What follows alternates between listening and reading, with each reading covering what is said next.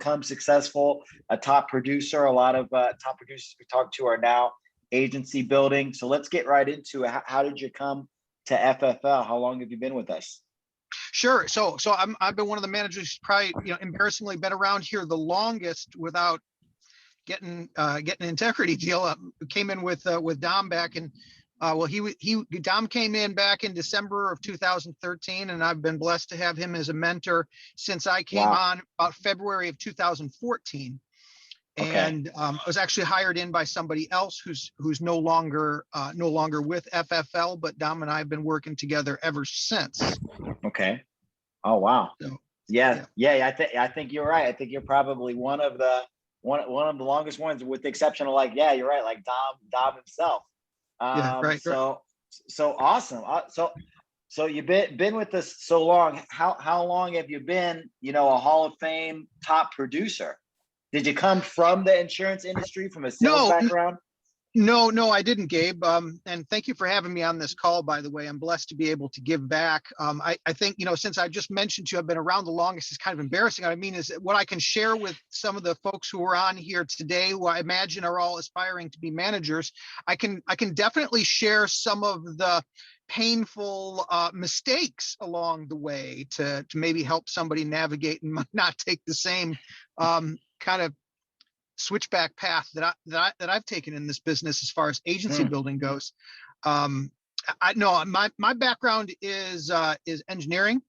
Started off as an electrical engineer with one of the auto companies, Ford Motor Company out here. I'm outside of Detroit, suburb called Livonia is where our office is, and I had a couple other careers after that. After engineering, traded stocks for a while, had a business importing and exporting heavy machinery, but nothing sales related. So my wife got me into the business, and then as soon as she got me going, she retired. So you got a good move on her part. Right, exactly. So as far, and to finish up the question, I've been a Hall of Famer since 2017, three-time Hall of Famer.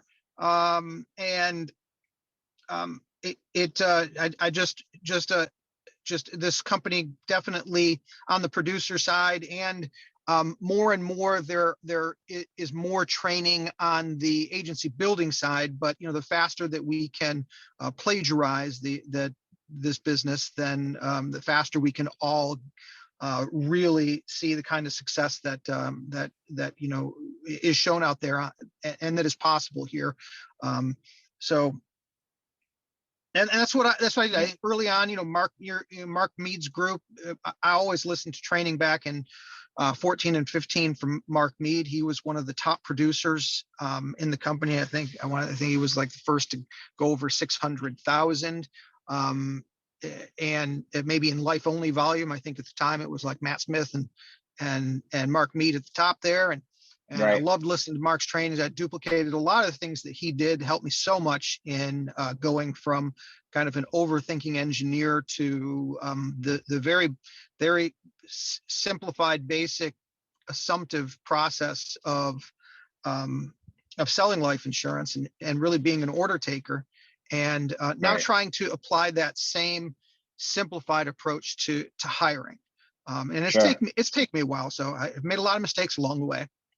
Sure. But I haven't quit. I mean, I think the thing we hear time and time again from these kind of calls and talking to so many people who are top producers in the same industry and come from so many different industries is that, hitting those failures and learning from them and going on. That's just the way it goes.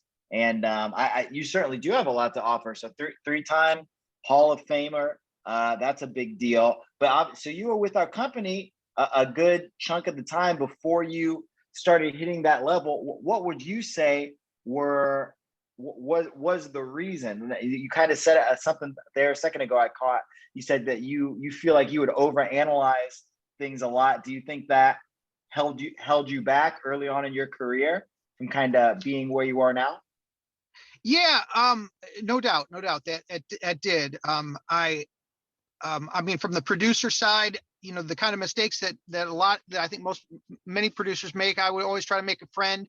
I spent 45 minutes and make a friend in the house, and then they wouldn't buy insurance from me. I'd be in the house for like seemed like my first 8 months, like my average appointment time was like 2.5 hours. And I was doing it Wow. part-time. I was doing it part-time for my first year.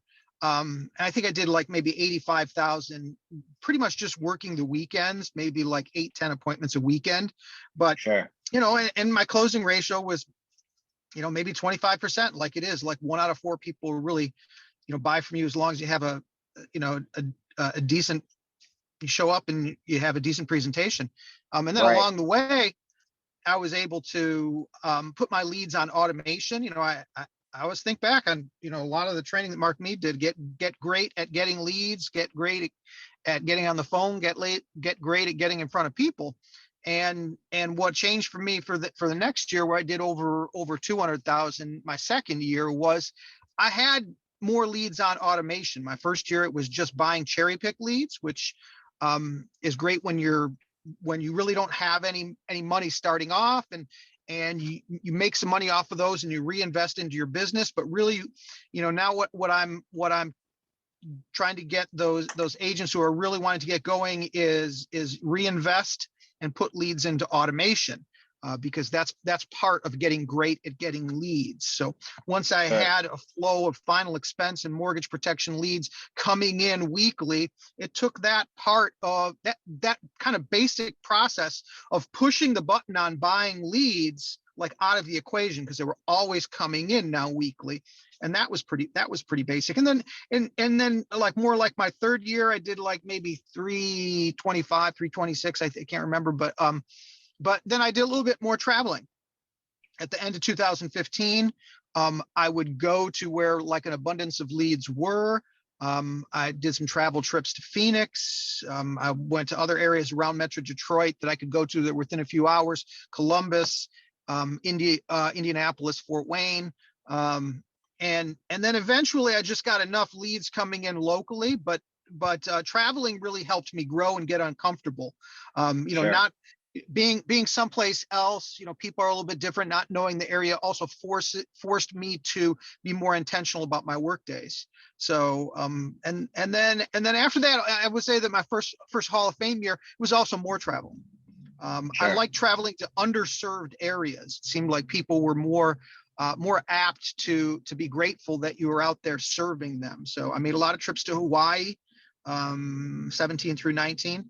And didn't travel as much in 2020, but focused more on building an agency in 2020.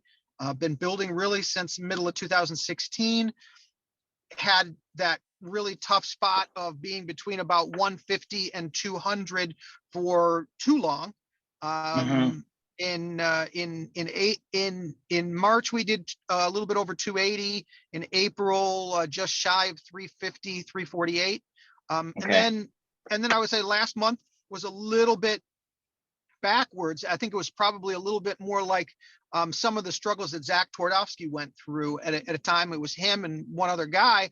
And if one of them went on vacation, the volume of the agency dipped quite a bit. And so Right.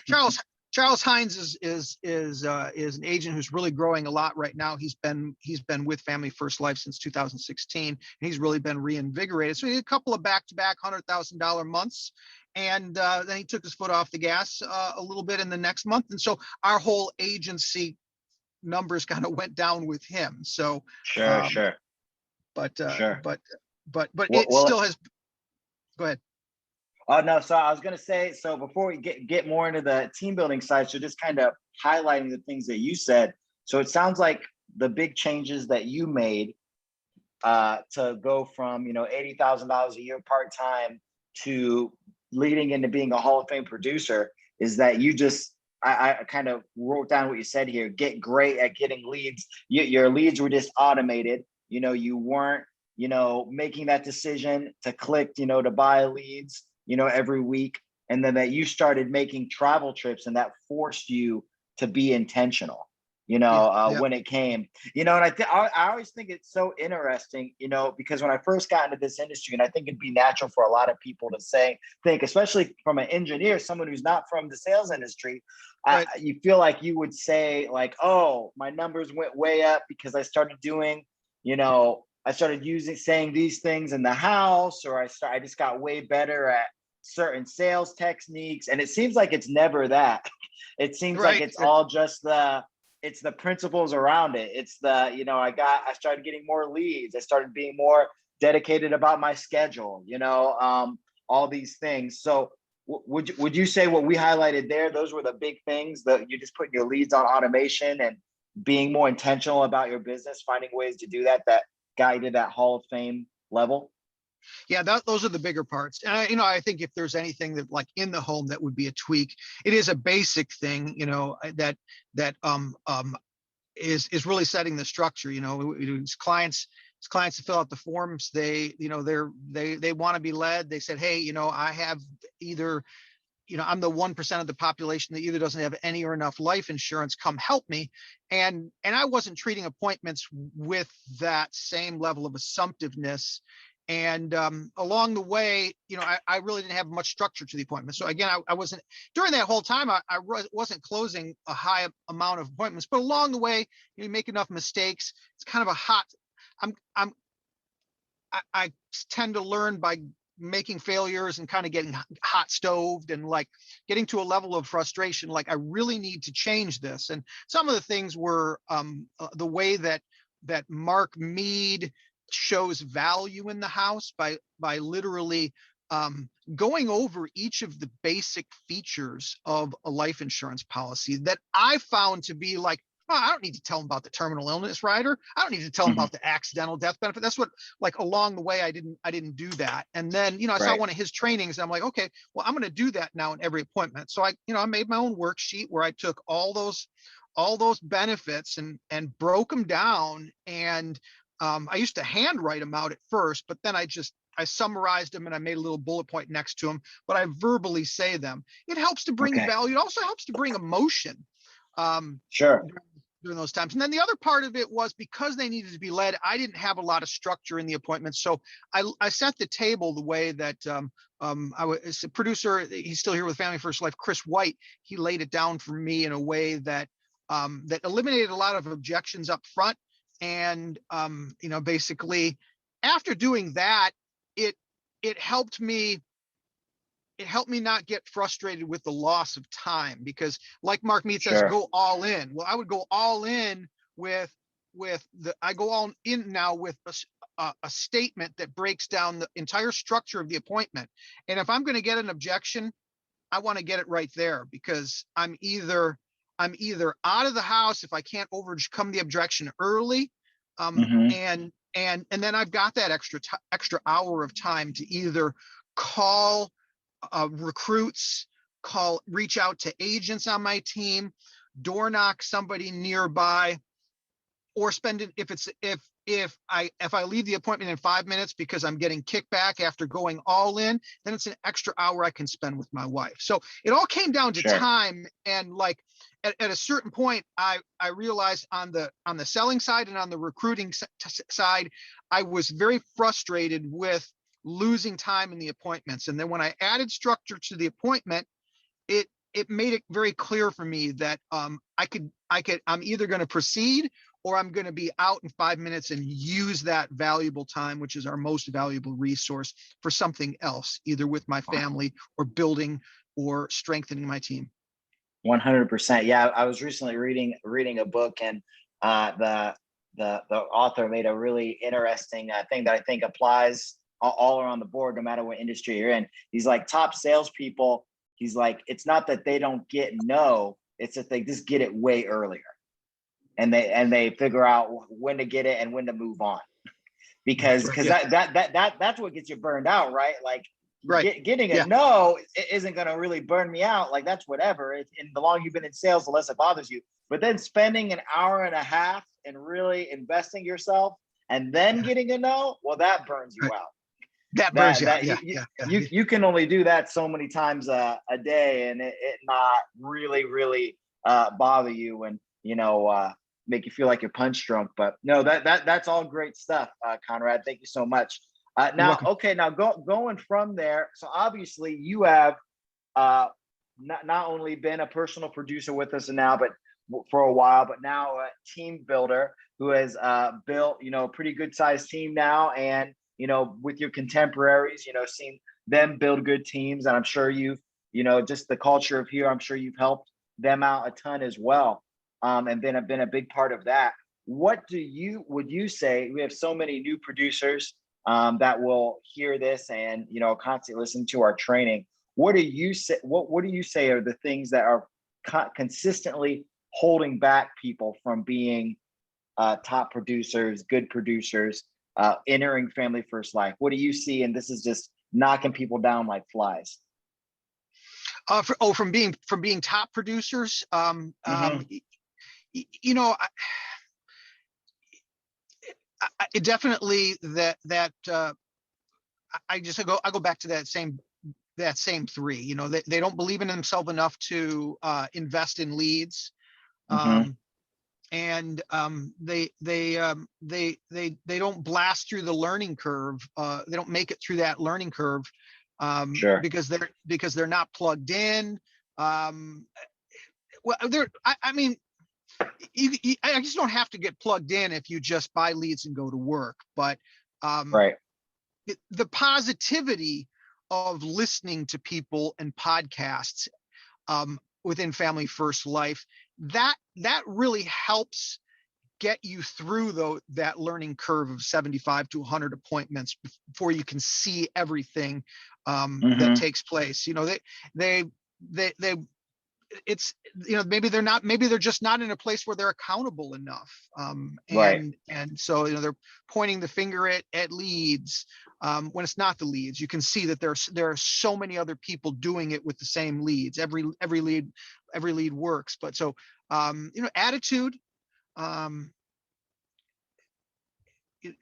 belief in oneself, willingness to change. I can't say there's one thing, but certainly getting leads, getting great on the phone, getting great at getting in front of people. You're gonna definitely get to Hall of Fame if you can get great at all three of those. Sure. Yeah, well, something I love that you said there. Two things that definitely resonated with me, and something that we hear a lot.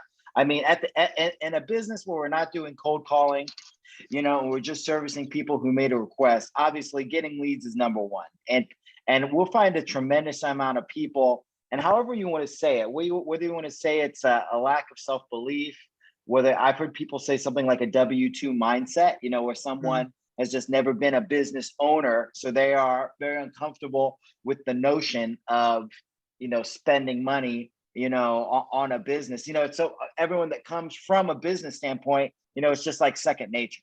They don't mind at all. They're like, oh, whatever it costs, okay, if I can get this return.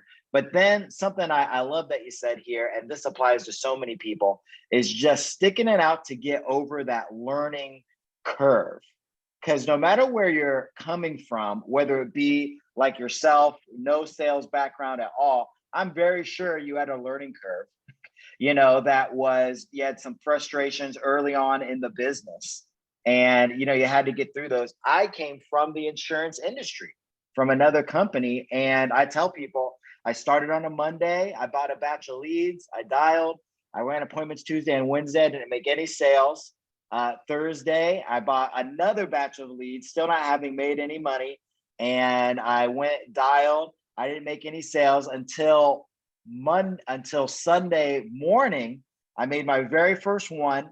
I paid back all the leads, and I was like, okay, at least I made enough to pay for my leads. And then Monday, I was like, okay, like I'd been doing a little bit my own way. Like I hadn't really been listening to all the info. So I was like, okay, I'm going to do it the way they say to do it. And Monday, I hit the phones the way that they had said that FFL, had said to do it. And Tuesday and Wednesday, I wrote 7,000. But that learning curve there, that 10-day thing, most people don't even get through that. I've seen so many people, they'll buy a handful of leads, less than we say, like I did, on my first dial day and didn't make any sales, and well, that's it. It doesn't work. It's not for me.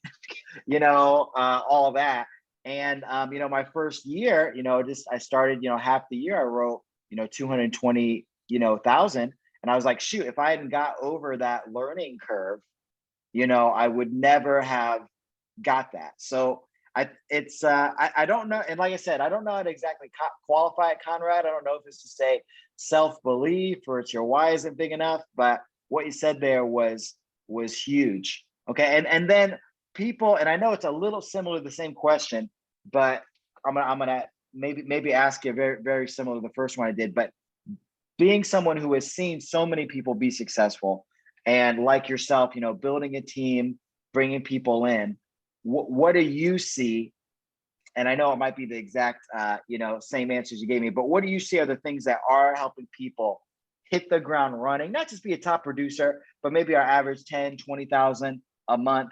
What are those people doing that are getting them to those places right off the bat within their first month or two? Well, I really, I think about it. I think about a lot more like it's,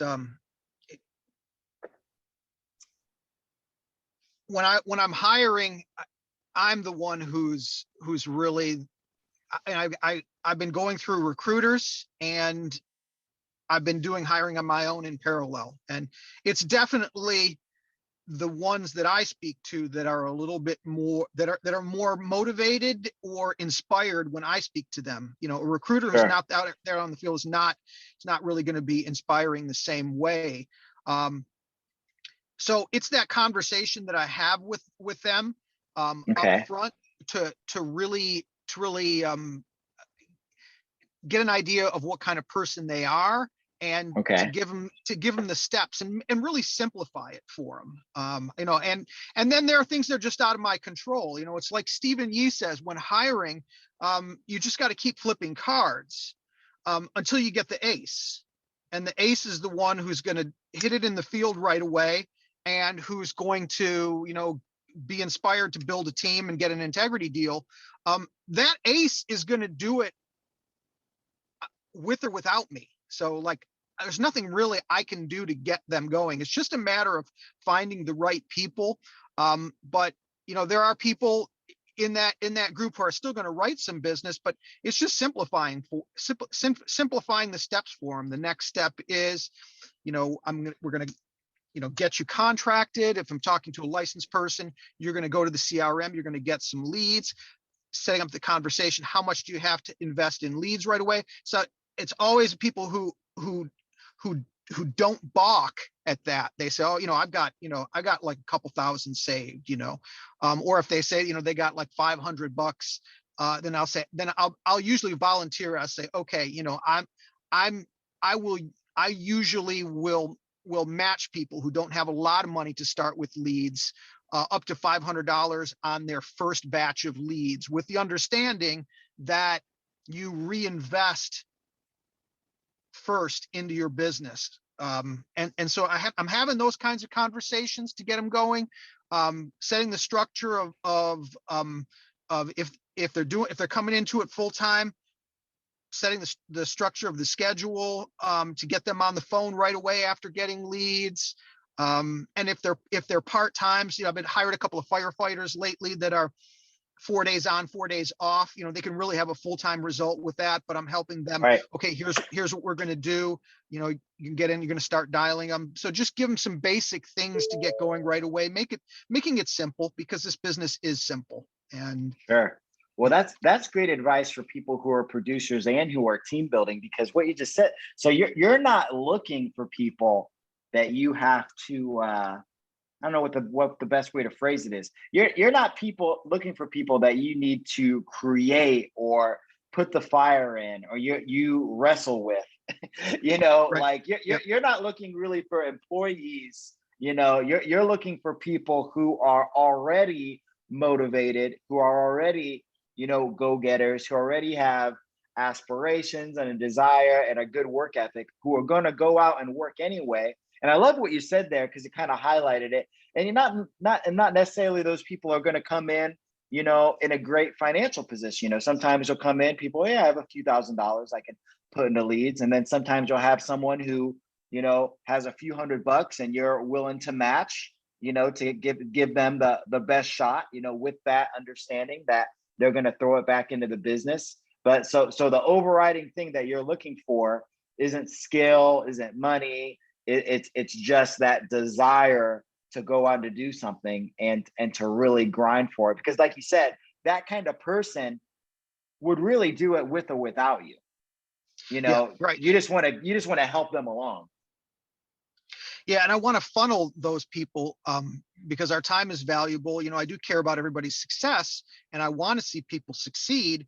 But at the same time, I need to get to those people who are willing to do that. And, so I have a system called Agentic Pro that my assistant goes through weekly and makes touches with the non-licensed hires who are in class, gives them a little bit of encouragement with like, or I will too. I can pull up that system on my phone and send them a text from a virtual number, hey, you can do this, just a little something to maintain contact, because, we bring in all these people. It's very hard to maintain contact with everyone.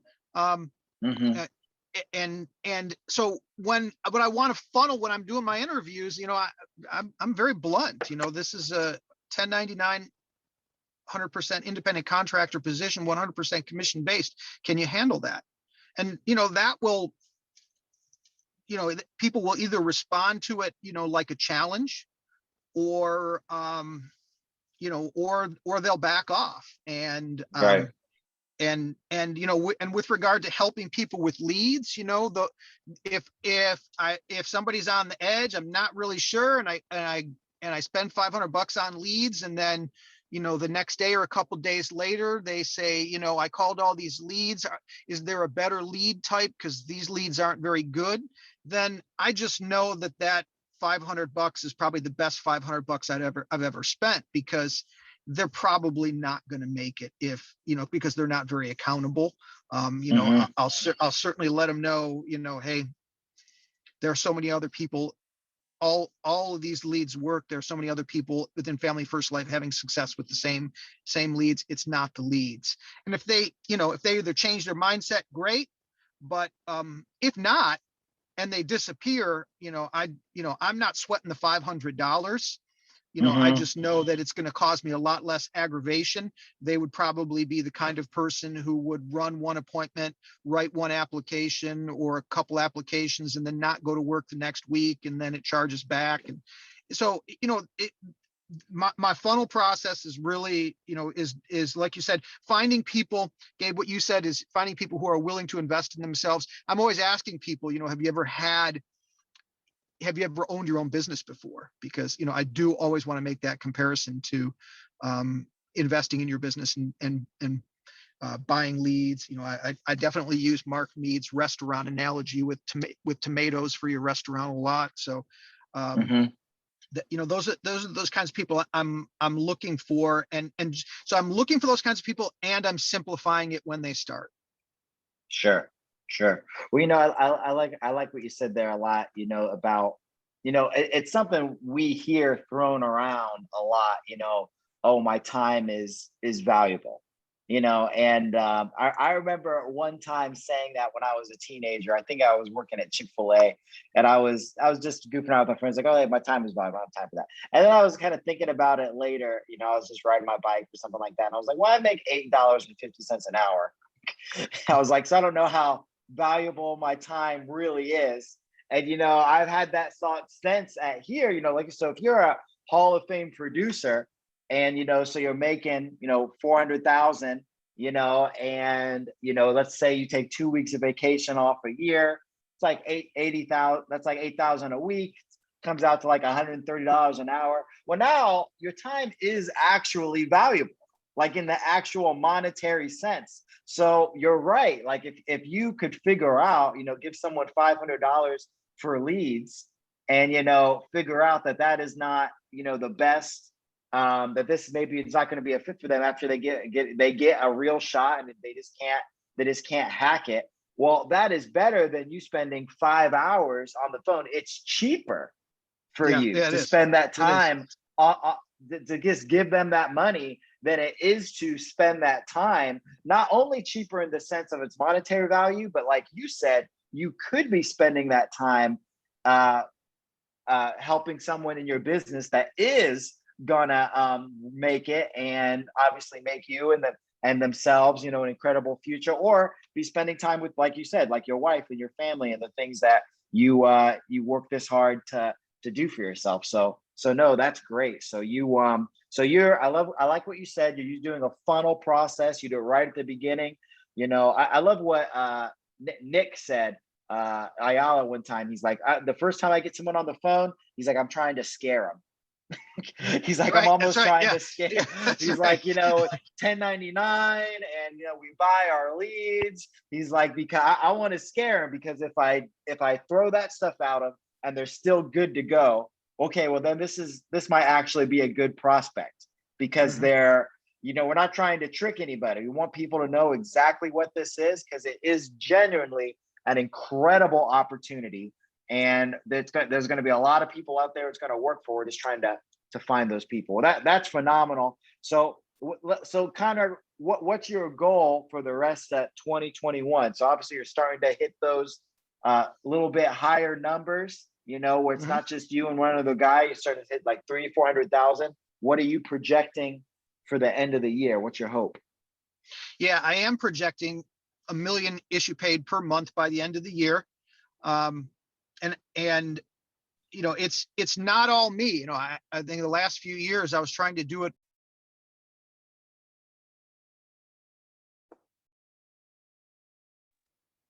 Charles is one of my aces on my team, and when he started going again and really got the building bug again, because he went through some stuff.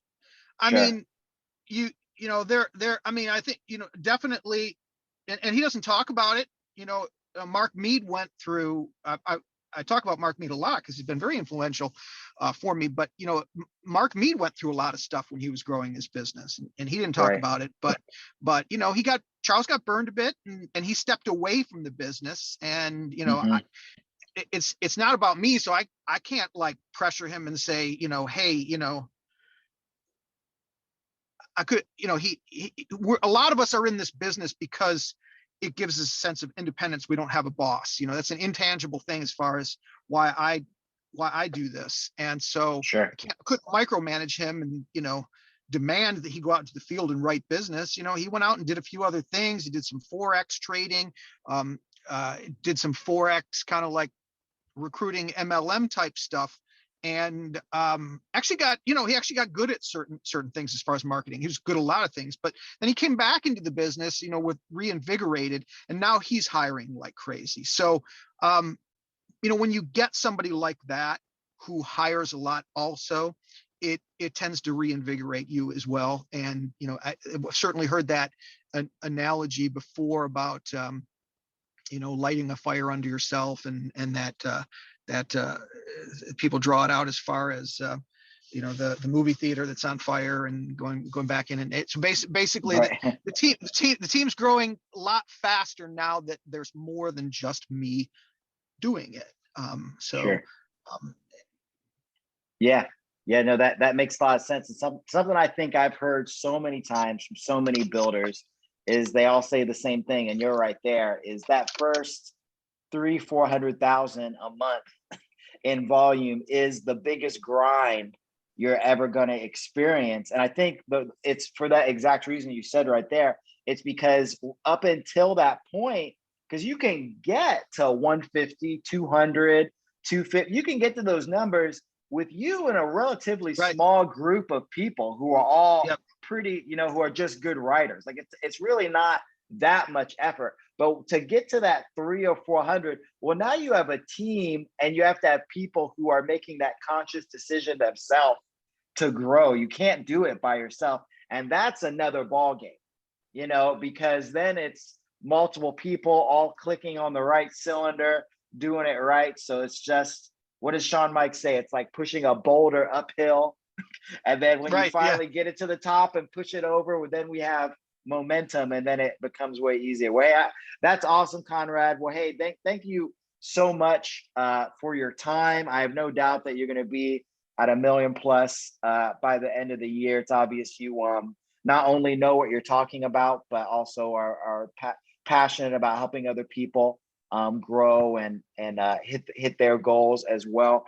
I'd like to ask you for a quick, just parting shout, as we've covered a lot of best practices and stuff for agents, but just maybe not a certain thing, but maybe just like a principle that's been guiding for you in your time with FFL that has brought you success that you think would benefit other people as well. Oh, well, definitely. I think another basic principle that has helped is forming a habit of getting up early. Certainly, I get up at 4:30 in the morning now. I've always been the kind of person, even in school, to get up. My best work was done in the morning. So if you're the kind of person that tends to get up at 7 or 8 o'clock, just know that there are going to be a lot of people eating your lunch, because they're going to have 2.5, 3 hours per day on you. And in a 5-6 day work week, they're gonna have a lot more success just based upon the number of hours that they can work because they get up early. So Sure. And that would be my parting thing is make that habit, make that atomic habit. Great book, by the way, Atomic Habits. Make that habit of getting up earlier. If you're getting up at 7, make that next habit of getting up at 6.